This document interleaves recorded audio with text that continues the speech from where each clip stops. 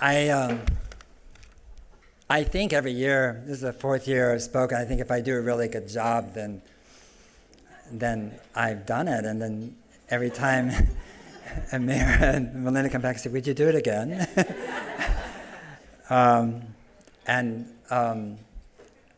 Thank you. Thank you. It is such an honor for all of us, not just for me. And I feel like, I know this is a benefit, I know this is about the corn moon, which is 419 this morning. And the corn moon in indigenous traditions is the moon when you harvest. And when you get the corn and the beans and the squash at night. And the next moon, as you know, is the harvest moon.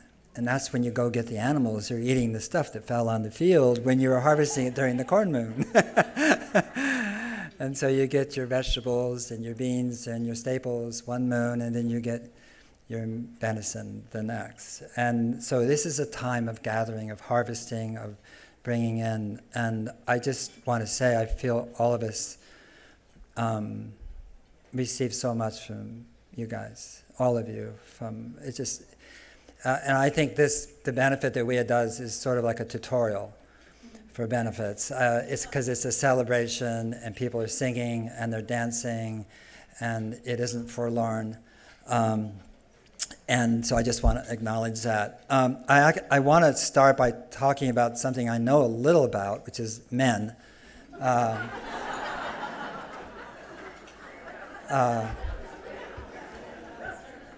Not much, but... And we're in a time when there are men who are self-appointed prophets of doom, who catastrophize the future for us and tell us that we're failing, that the women's rights movement is failing, the environmental movement is failing, the social justice movement is failing, the HIV programs are failing, on and on and on and on. And then they say, I have a plan. And it's such a narcissism that, and I'm being gender specific, that men practice and do. And it never seems to occur to them that the problems we have really go back to other men before thinking that they had the solutions, right? And that they were right. And this idea that somehow if you know what's wrong, and I don't necessarily disagree in a sense that we have big problems, that therefore you know how to solve these problems. And those are two very distinct things and should not be conflated. They say if you're not an environmentalist unless you support nuclear energy, tell that to the indigenous people whose uranium is being mined, on their lands. You're not an environmentalist unless you support GMOs, And even though everything they've learned from a GMO is a rectangular screen on their desk, and they don't know a farm from a field from a garden, and somehow they know what we should do. And there's such a difference between the inertia of the past and virtually all the problems we have go back. And they have tremendous momentum. And that momentum is embodied in corporations, expressed by them.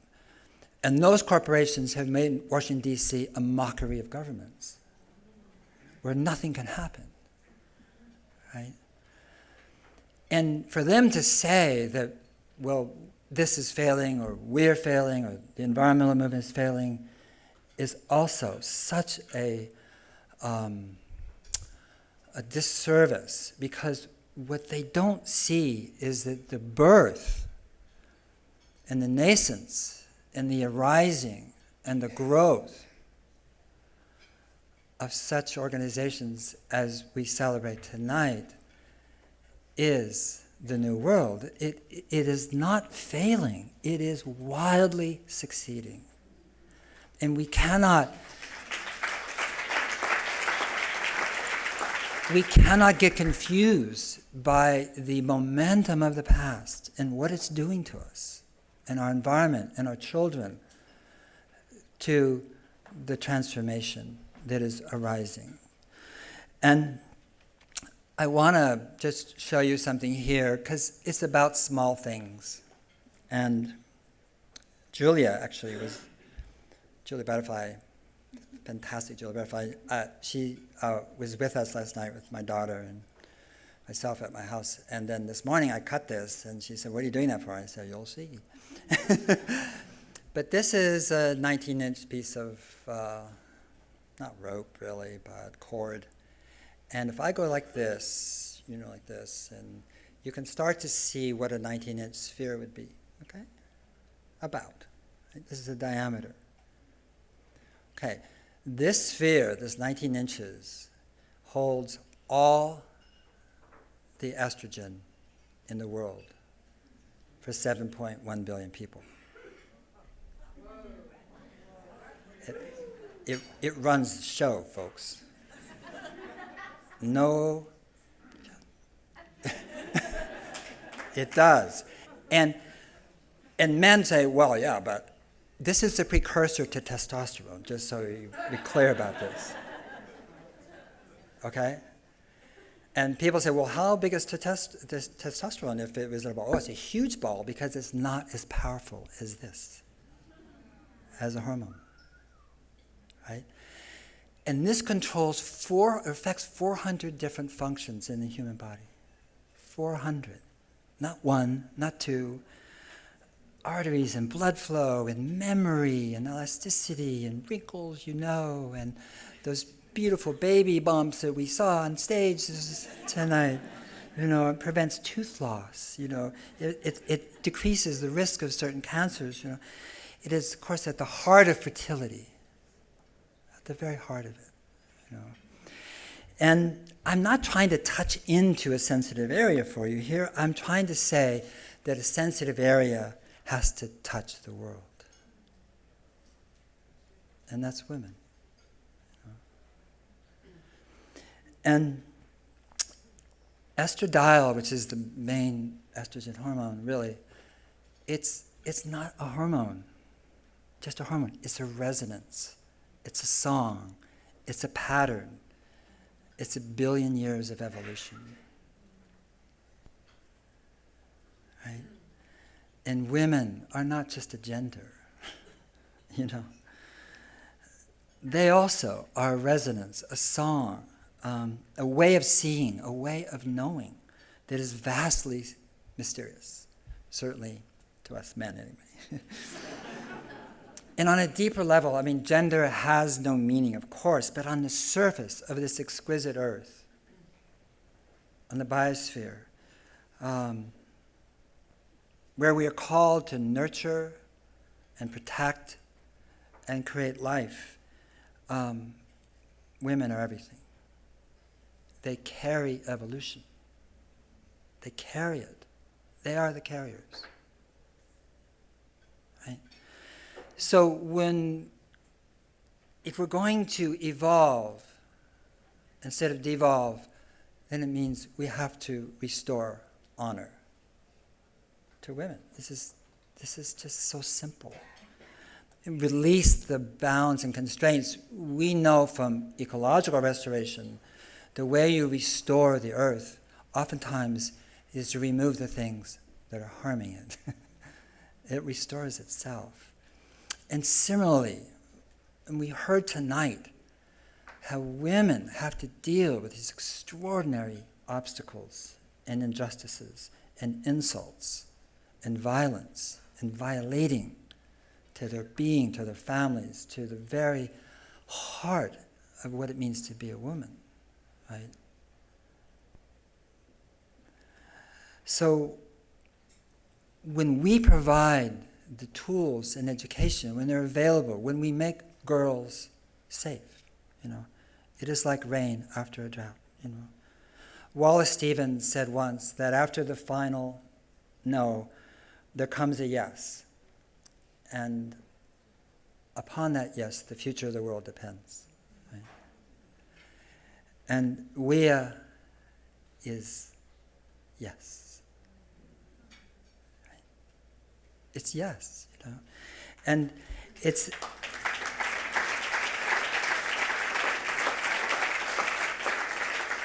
the world depends on that. Yes, it depends on the mobilization, the empowerment, and the liberation of women. This is not complicated. It's get out of the way. This is so real. There is no solution to climate change, to poverty, to ocean death, to conflict, to energy issues, to corruption, unless the heart of life is addressed and honored. Right? As long as human beings are here, the path forward will be women in terms of the restoration and the transformation of life, And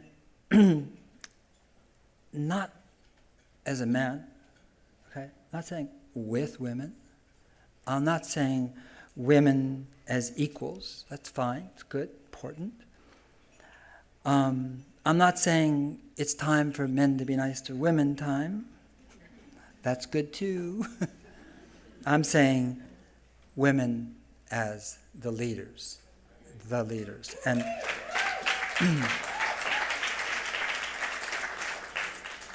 for men, this is wake up and see the truth time. That's what time it is.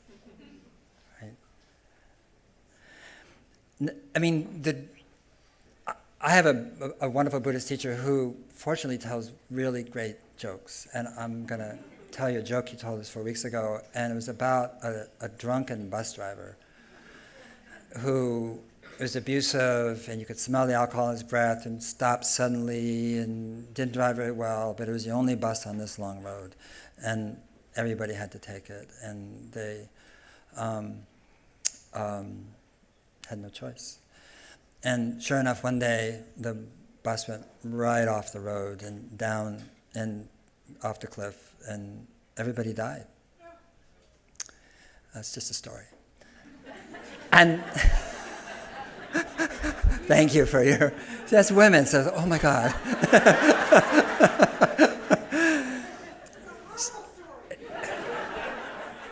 Wait till it's over. And so... on the bus was a Catholic priest, and he finds himself in a long queue, sort of in the middle of the queue, and this queue, there's a man up there, looks like it's St. Peter, and right at the head of the queue is the bus driver. And St. Peter talks to him and says, okay, come on in. And then passenger after passenger, and he gets to the Catholic priest, he said, you sit over there, let me deal with the rest of the people. And everybody goes into heaven. And he says, okay, I'll only talk to you. And the priest says, I don't get it. I'm the priest. The bus driver, you hardly spoke to him. He's in heaven. What's up? And St. Peter said, yeah, that's true. That's true. But you see, everybody on this bus prayed. And everyone in your church fell asleep. And we have drunken bus drivers driving the world.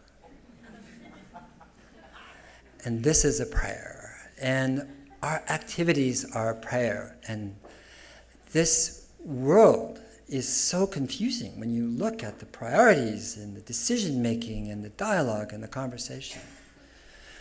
And I want to end with a story about third graders. And in this class, the teacher, it's a true story, this teacher asked her children to draw something they love.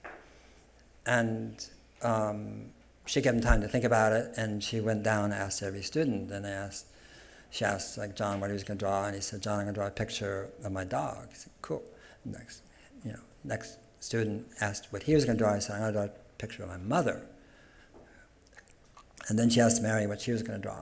And Mary said, I'm going to draw a picture of God. And the teacher looked at Mary and, sort of consternated and said, well, Mary, we don't really know what God looks like, She said, no, but you will when I finish my drawing. So we don't know how we're going to make it through this most extraordinary century in human history. We don't know. But if we let Mary, and to me, God is life and all its complexity and all its mysteriousness. And if we allow ourselves to recognize there are people here who will show us what God looks like, what life can be, then we will make it through this time. And I've said before, all of us, me too, but all of us have the sense of like, we're kind of looking around the corner hoping someone shows up, that something big happens, that there's some leverage point, that there's some turning point in the world, or at least in this country, that an African American, community organizer gets elected president. Like, God, oh my God, it's such a big difference, and we'll stop dropping drones on weddings in Pakistan and things like. And we're always disappointed, And there is something happening. And it's like we have to turn away from this idea that something big is going to save our asses. It's not. Something exquisitely small. All transformation comes from what is seemingly inconsequential or small. And we think somehow, somewhere, someone at some time will do something, that's going to turn this around. And what I offered you tonight is this is somewhere, this is someone's, this is sometime, and this is someplace. And this is how it happens. And I'm so grateful to all of you at WEA and all of you who support it, because it is a miracle, just like what's in your bellies. Thank you so much.